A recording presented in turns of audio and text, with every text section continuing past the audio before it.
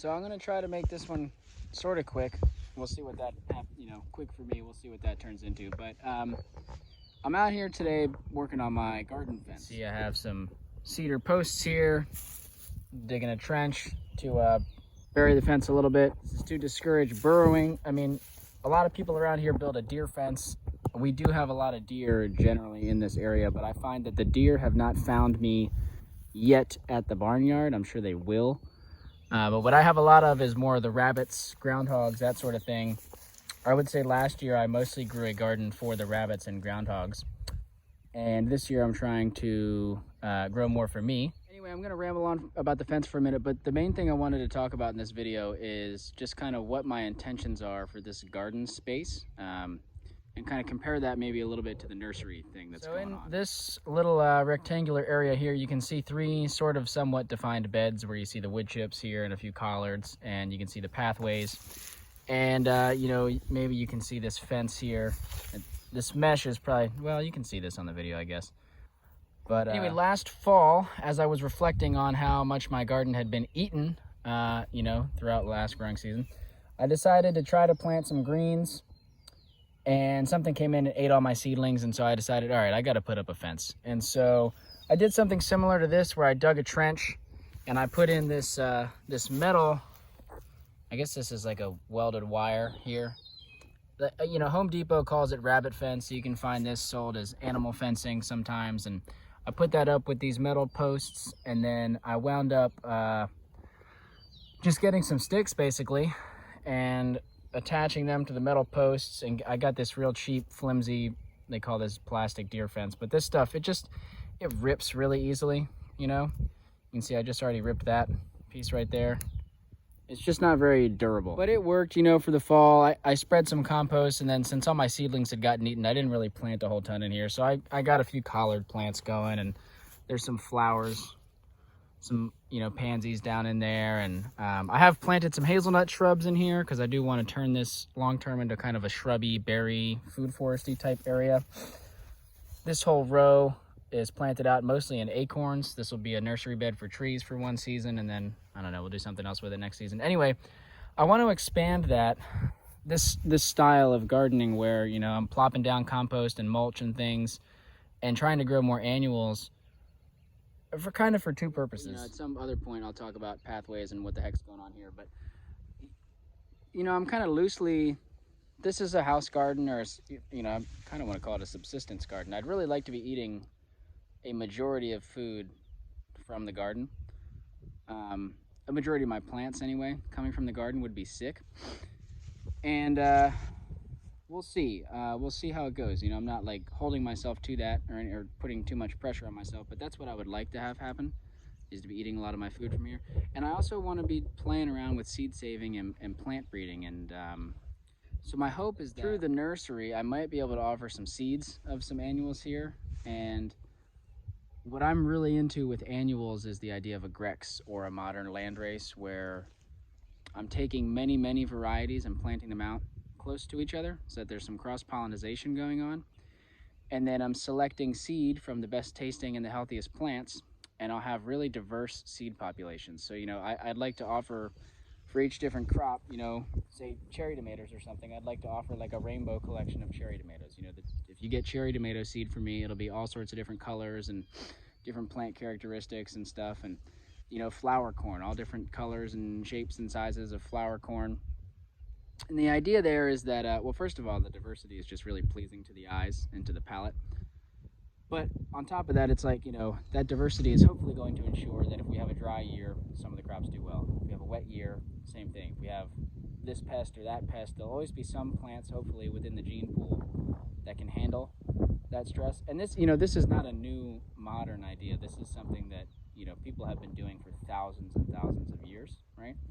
Not something that I came up with. But I really am just in love with saving seeds. It's a really fun activity to be involved in the garden.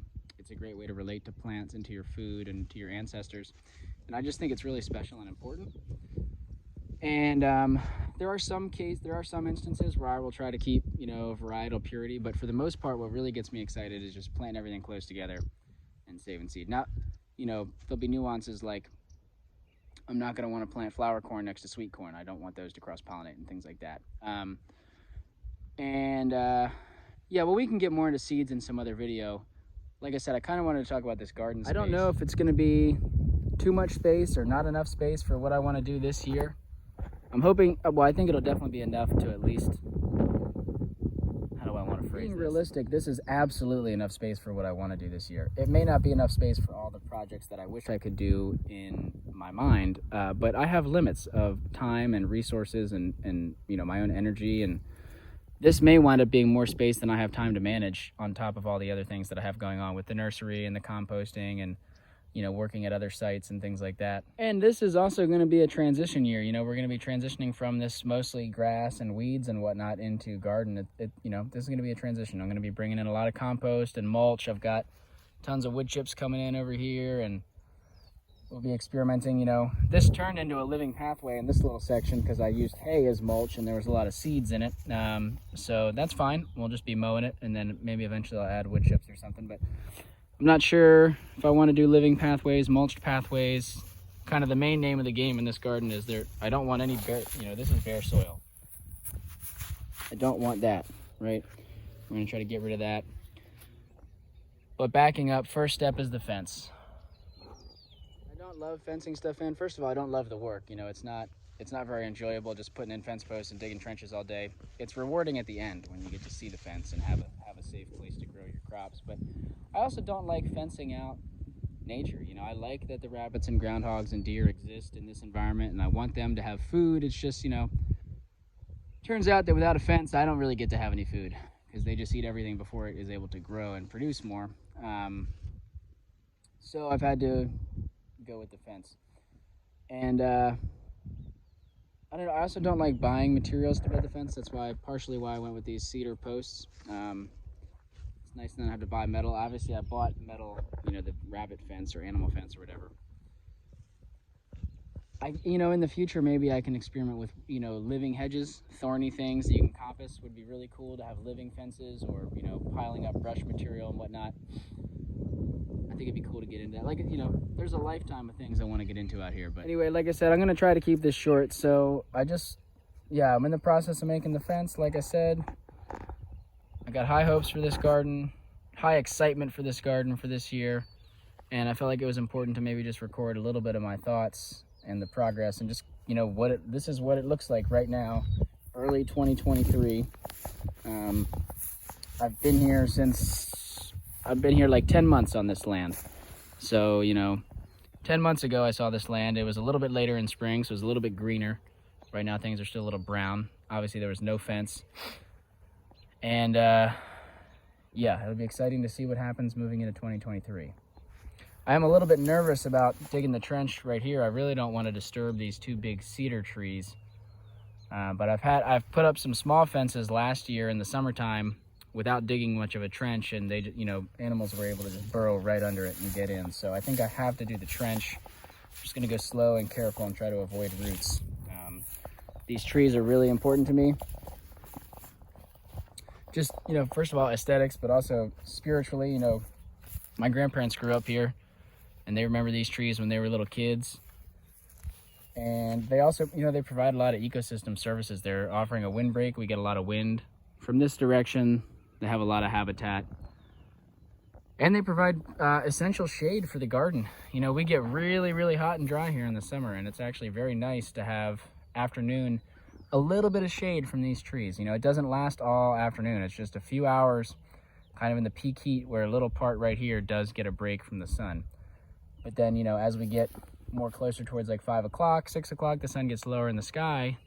Because you don't have low branches, the sun comes back to this area through here. So it's a really, really nice shade. Very advantageous for a lot of our annual plants. And yeah, so we'll see. This year, hopefully this is lots of annuals. In years to come, maybe we'll be looking back and this will all be hazelnuts and blueberries and raspberries and plums. And those things don't really need to be fenced in as much. Like I've got a bunch of plums way down there by that elm tree that are not fenced in, which I think will be fine. So we'll see. You know, maybe one day the fence will be taken out and the posts will remain to rot away. Or maybe we'll just leave the fence up. But that's a long time from now. here we are, snapshot in time. Got more trench work to do. See ya.